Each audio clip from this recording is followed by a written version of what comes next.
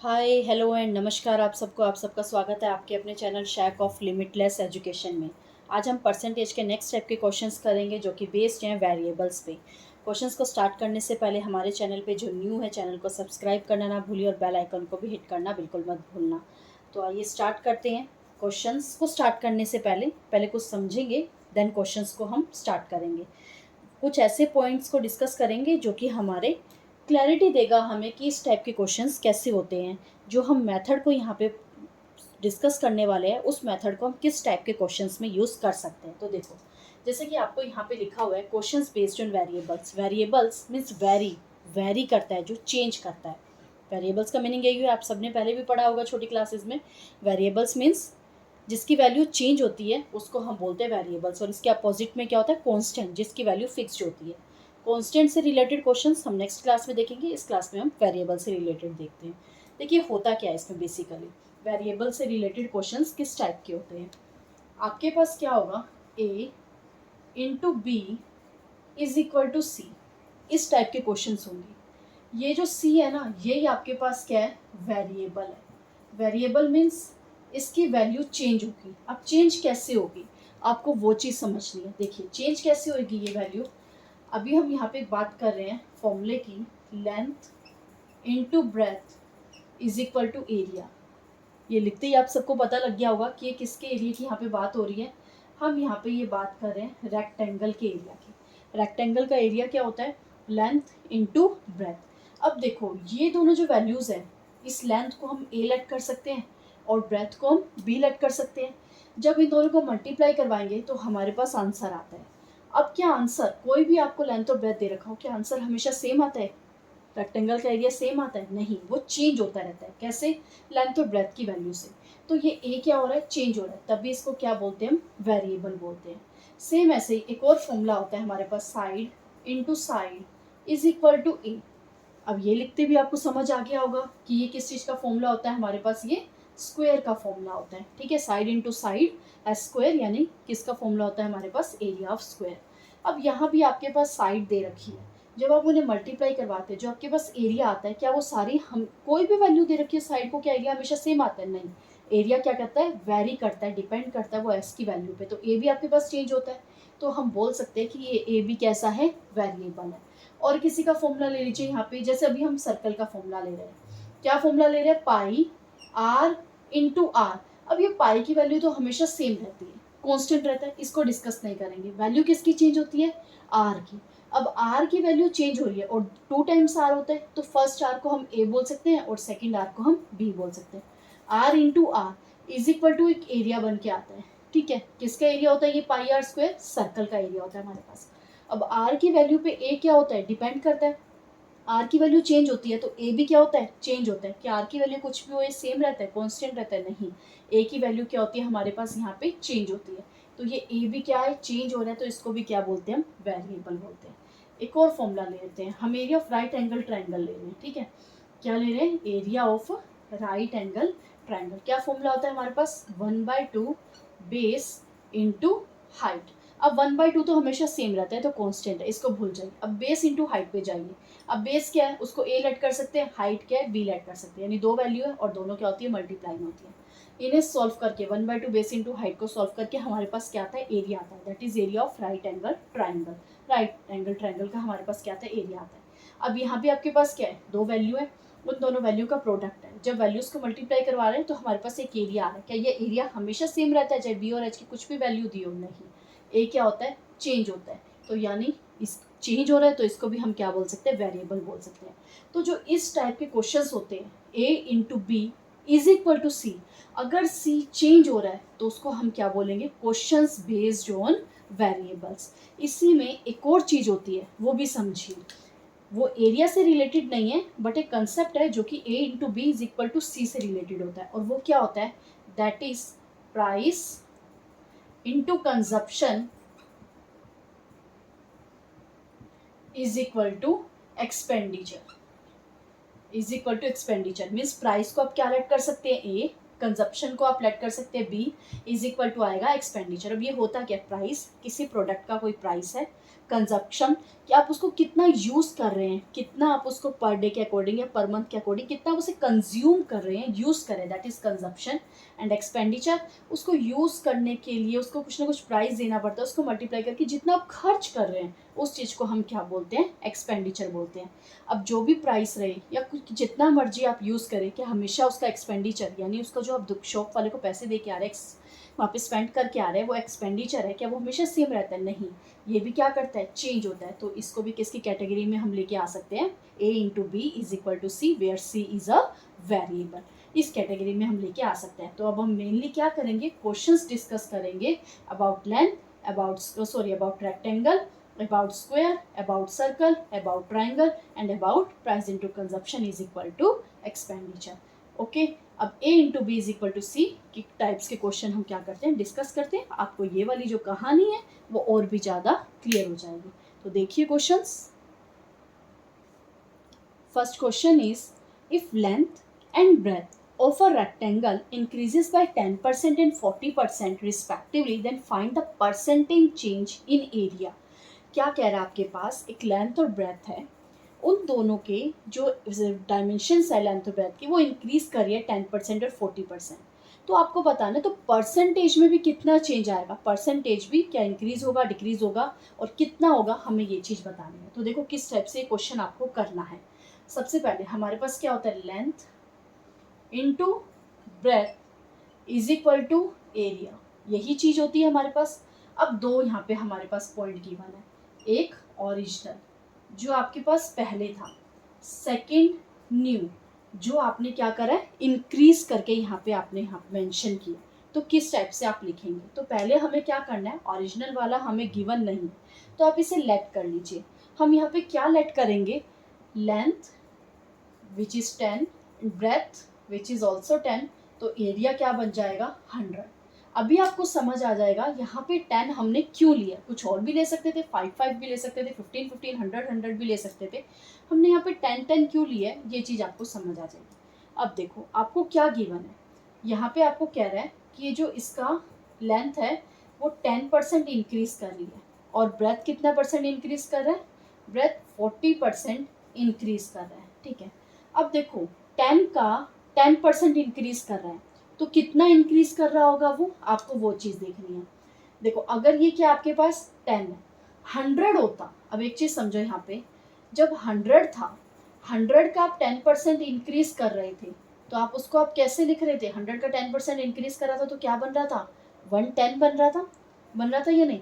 अब यहाँ से आप क्या कीजिए, एक जीरो हटा दीजिए, यहाँ से अगर 100 का 10 का 10% निकालेंगे तो वो चीज़ क्या आपके पास आ जाएगी, 1 आ जाएगी। देखो इसको दोबारा समझो एक पॉइंट से, आपके पास यहाँ पे क्या गिवन है 10, और इसका क्या परसेंट निकालना है आपको, 10% निकालना है। तो कैसे निकालेंगे, 10 इंटू 10%, जीरो कैंसल, आपके पास क्या आ गया 1। तो यानी वो कितना इंक्रीज करेगा, 1 इंक्रीज करेगा, 1 इंक्रीज करेगा तो लेंथ क्या हो जाएगी, 11 हो जाएगी। सिंपल लैंग्वेज में ही समझ लीजिए। अब ऐसे ही 40% है, 10 का 40% इंक्रीज करेगा, दैट मीन्स कितना इंक्रीज करेगा, 4 इंक्रीज करेगा, और यहाँ कितना इंक्रीज करा था 1। अगर 4 इंक्रीज करेगा तो ये कितना बन जाएगा आपके पास, 14 बन जाएगा। क्लियर, मीन्स न्यू लेंथ कितनी आ गई 11, और न्यू ब्रेथ कितना आ गया आपके पास 14।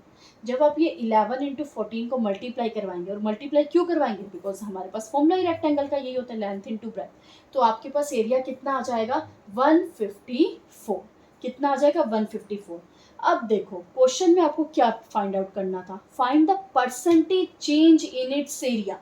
पहले एरिया कितना था 100, अब एरिया कितना आ रहा है 154, दैट मीन्स 100 से 154 हो रहा है। तो आप बिल्कुल क्लियर के साथ ऐसे बता सकते हैं कि कितना परसेंट यहाँ पे इंक्रीज कर रहा होगा, 54% इंक्रीज कर रहा होगा। होप आप सबको ये कहानी समझ आ गई होगी कि हमने यहाँ पे 10 इंटू 10 क्यों करा था।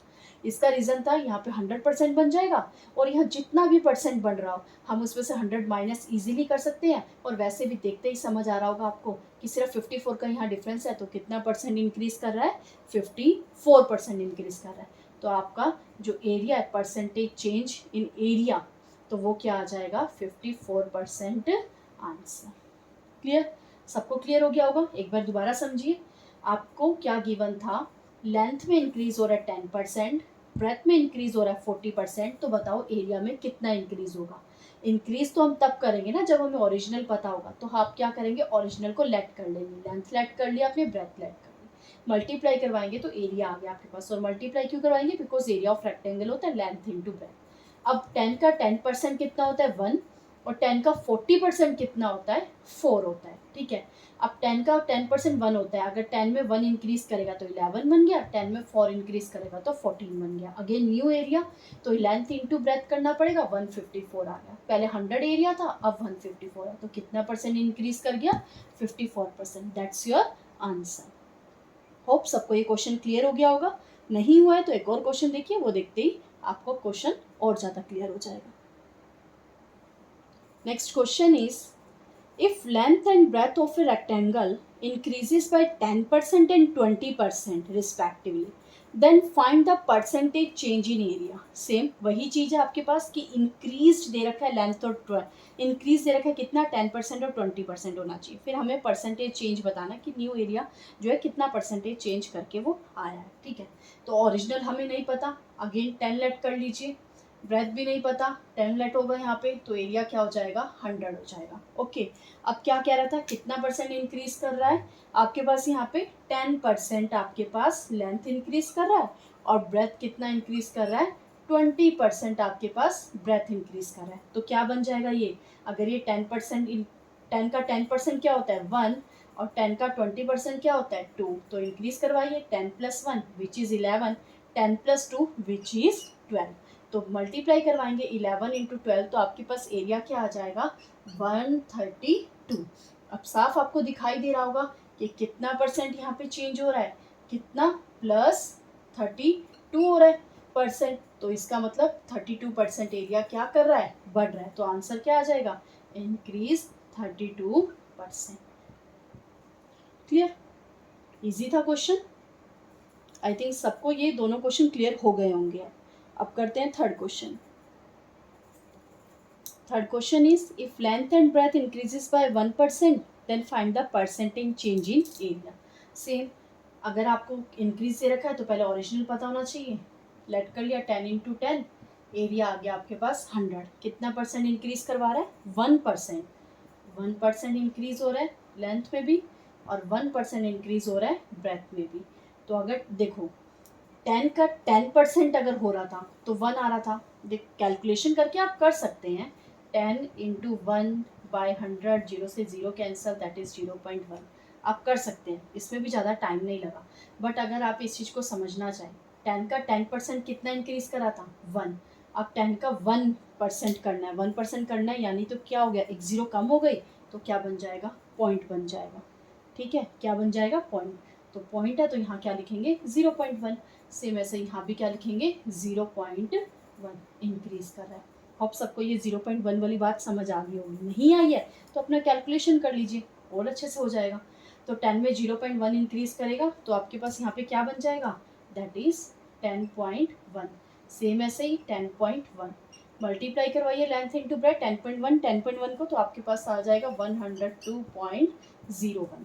अब देखिए कितना एरिया इंक्रीज कर रहा है, पहले 100 था, अब 102.01 हो गया, तो कितना इंक्रीज कर रहा है आपके पास यहाँ पे 2.01% आपका एरिया इंक्रीज कर रहा है। तो आपके पास ये आ गया इंक्रीज्ड आंसर। क्लियर? सबको क्लियर हो गए होंगे तीनों question. Next question is, if 30% increases side of the square then the find the percentage change in area. अब क्या कह रहा है, जो स्क्वायर है उसके साइड्स में 30% इंक्रीज हो रहा है, अब हमें क्या बताना है, उसका परसेंटेज चेंज बताना है एरिया में। अब यहाँ पे आपको स्क्वायर गिवन है तो यहाँ लेंथ नहीं लिखेंगे, क्या लिखेंगे side, because area of square क्या होता है साइड इंटू साइड। अब आपको क्या कह रहा है, गिवन नहीं है, ओरिजिनल गिवन नहीं है, तो आप क्या करेंगे 10 × 10 ही लेट कर लीजिए, और एरिया क्या आ जाएगा यहाँ पे 100। कितना इंक्रीज कर रहा है यहाँ पे आपके पास 30%। अब देखो आप बोलोगे एक ही वैल्यू दे रखे हैं 30%, तो दोनों ही तो साइड है, स्क्वायर की तो सारी साइड्स इक्वल होती है, तो एक ही बार तो वो लिखेगा 30% इंक्रीज कर रहा है। अगर एक साइड 30% इंक्रीज कर रही है तो स्क्वायर की सारी साइड कितनी कर रही होगी, 30% इंक्रीज कर रहा है। अब 10 का 30% क्या होता है, 3। 10 का 30% क्या होता है, 3। 10 और 3 क्या हो गया, +3, 13। 10 + 3 विच इज़ 13। 13 into 13 is 169। तो कितना परसेंट इंक्रीज कर रहा है यहाँ पे, 69% एरिया इंक्रीज कर रहा है। देखो कितने इजीली ये क्वेश्चन सॉल्व हो गया कुछ ही सेकेंड्स में। अब एग्जाम में थोड़ा ना original, new, second, square square, sorry side side area ये सब लिखोगे, नहीं, फटाफट कर लो। और ये भी पता है 10 इंटू 10 इज इक्वल टू 100 है, ये लाइन भी लिखने की नीड नहीं है। डायरेक्ट 13 इंटू 13 169 लिखो, पहले 100 था माइंड में लेके आओ, अब 169 हो गया तो कितना परसेंट बढ़ गया होगा, 69% बढ़ गया होगा। ठीक है, next question. Question is if the radius of a circle increases by 20% then the find percentage change in its area। अब क्या कर रहा है, सर्कल की रेडियस इंक्रीज कर रही है। सबसे पहले सर्कल का फॉर्मूला क्या होता है, पाई आर स्क्वायर। अब पाई की वैल्यू तो सेम है, चाहे ओरिजिनल की बात हो रही हो या न्यू की बात हो रही हो, तो पाई तो कांस्टेंट है, तो पाई को कैलकुलेशन में लेके नहीं जाएंगे। 22/7 3.14 ये सारी वैल्यूज लिख के अपने कैलकुलेशन को कॉम्प्लिकेटेड नहीं करेंगे। हमारा सब्जेक्टिव पेपर नहीं है, हमारा ऑब्जेक्टिव है, तो जितनी चीज़ एलिमिनेट कर सकते हैं हमें करनी है। तो पाई एलिमिनेट हो गया, क्या बचा आर स्क्वायर। तो आपके पास यहाँ पे साइड के प्लेस पे क्या आ जाएगा, आर और आर आ जाएगा, आर इंटू आर एरिया हो गया। पाई को अभी हम यहाँ पे इंक्लूड नहीं करें, अभी क्या आगे भी नहीं करेंगे, बिकॉज पाई क्या यहाँ पे कांस्टेंट है, ओरिजिनल वैल्यू नहीं पता। तो 10 इंटू 10 क्या हो जाएगा आपके पास, 100। क्लियर। अब कितना परसेंट इंक्रीज कर रहा है आपके पास यहाँ पे रेडियस, 20% रेडियस इंक्रीज कर रहा है, 20% रेडियस इंक्रीज कर रहा है। अगर 20% रेडियस इंक्रीज करेगा तो कितना इंक्रीज कर रहा है, दैट मीन्स 2 इंक्रीज करे, 12, 10 + 2 इज 12, मल्टीप्लाई करवाइए, 12 इंटू 12 इज 144। क्लियर, विजिबल हो रहा है आपको, कितना परसेंट इंक्रीज कर रहा है, 44% आपके पास यहाँ पे एरिया इंक्रीज कर रहा है। That is your answer. देखो कितना इजीली सॉल्व हो गया। और अगर नहीं समझ आ रहा है पाई वाली कहानी तो सोचो, रेडियस इंटू रेडियस, 10 इंटू 10 है और पाई भी आपके पास यहाँ पे था, तो पाई क्या हो जाएगा, यहाँ लग गया आपके पास पाई। सेम ऐसे यहाँ भी आपके पास पाई था तो यहाँ भी आपके पास पाई आया, जब माइनस करवाएंगे तो यहाँ पे क्या हो जाएगा, पाई तो कैंसिल हो जाएगा, तो क्या आपके पास क्या बचेगा, 44%। Okay, clear. Now come to the next question. Next question is, if the height of a triangle is increases by 20% and the base of a triangle is reduces by 30%, then the find percentage change in its area। अब यहाँ पे height और आपको base given है, तो आप समझ गए होंगे ट्रायंगल का है, क्वेश्चन में भी गिवन है ट्रायंगल, तो ट्रायंगल का एरिया माइंड में लेके आइए, that is 1/2 base into height. Base into height होता है। अब हाइट कितना परसेंट इंक्रीज कर रहा है, 20, और बेस कितना परसेंट रिड्यूस कर रहा है, दैट इज 30%। 1/2 क्या है, कांस्टेंट, और हमें यहाँ पे क्या चाहिए, बेस और हाइट चाहिए। Clear. Again A into B is equal to C type का है, तो यहाँ पे क्या करते हैं, ब्रेथ को हम बेस को 10 लेट कर लेते हैं और हाइट को भी 10 लेट कर लेते हैं, तो आपके पास आंसर क्या आ जाएगा यहाँ पे 100 स्क्वायर, 100 जो भी यूनिट है दैट इज स्क्वायर। अब आपको यहाँ पे कितना परसेंट इंक्रीज करने को कह रहा है, हाइट इंक्रीज करने को कह रहा है 20%, और आपके पास यहाँ पे बेस रिड्यूस करने को कह रहा है 30% रिड्यूस करने को कह रहा है। देखिए अगर 30%, 10 का कितना होता है 3, और 10 का 20% कितना होता है 2।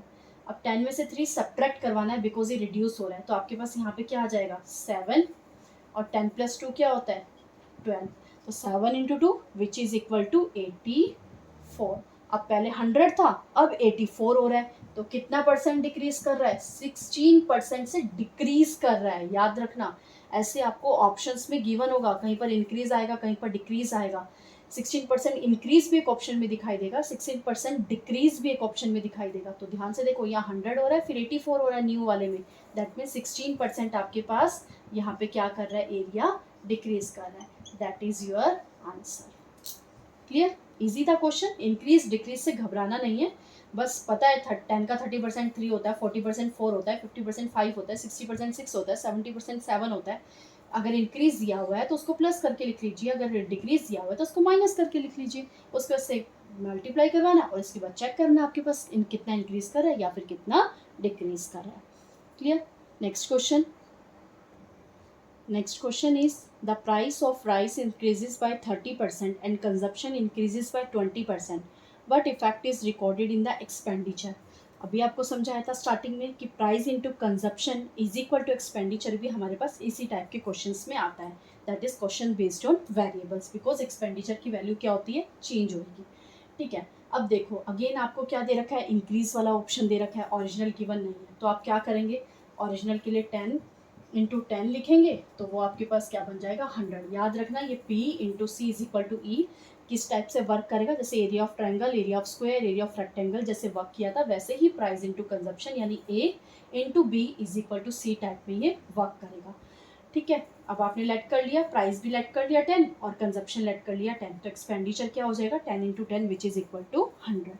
अब आपको क्या कह रहा था, प्राइस कितना इंक्रीज कर रहा है, 30% इंक्रीज कर रहा है, और कंजप्शन कितना इंक्रीज कर रहा है, दैट इज 20% इंक्रीज कर रहा है। तो इंक्रीज करके क्या वैल्यू आएगी, बताया था 10 का 30% क्या होता है 3 और 10 का 20% क्या होता है 2, तो ये क्या बन जाएगा 13, 10 प्लस 2 क्या बन जाएगा 12, मल्टीप्लाई करवाइए 13 12 which is equal to 156। Clearly visible हो रहा है कितना परसेंट इंक्रीज कर रहा है, 56% इंक्रीज कर रहा है। तो आपका आंसर क्या आ गया, 56% increase is your answer. Hope सबको ये क्वेश्चन क्लियर हो गया होगा। ठीक है, अब करते हैं नेक्स्ट क्वेश्चन।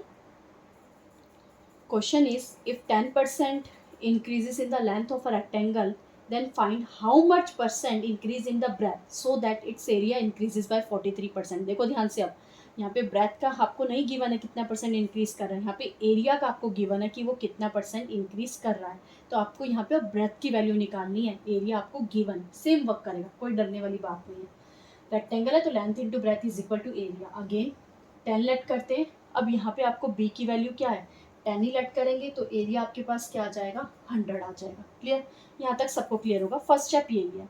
अब कह रहा है कि ये जो आपके पास लेंथ है वो कितने परसेंट इंक्रीज कर रही थी, 10% इंक्रीज कर रही थी। ब्रेथ आपको गिवन नहीं है, एरिया कितना परसेंट इंक्रीज कर रहा था, 43% इंक्रीज कर रहा था। तो इंक्रीज करके आपके पास ये क्या आ जाएगा, यहाँ पे 1, और ये कितना इंक्रीज करेगा 43, तो 10 प्लस 1 इज 11, ये आपको गिवन नहीं है।